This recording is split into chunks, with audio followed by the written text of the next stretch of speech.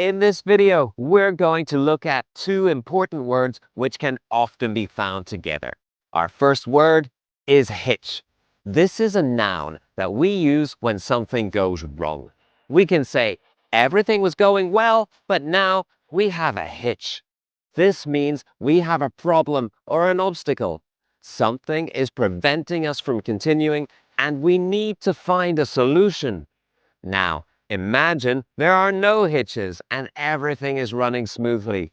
This is our next word. Smoothly is an adverb which tells us there are no problems or hitches. Remember, an adverb modifies the verb in our sentence. Let's look again.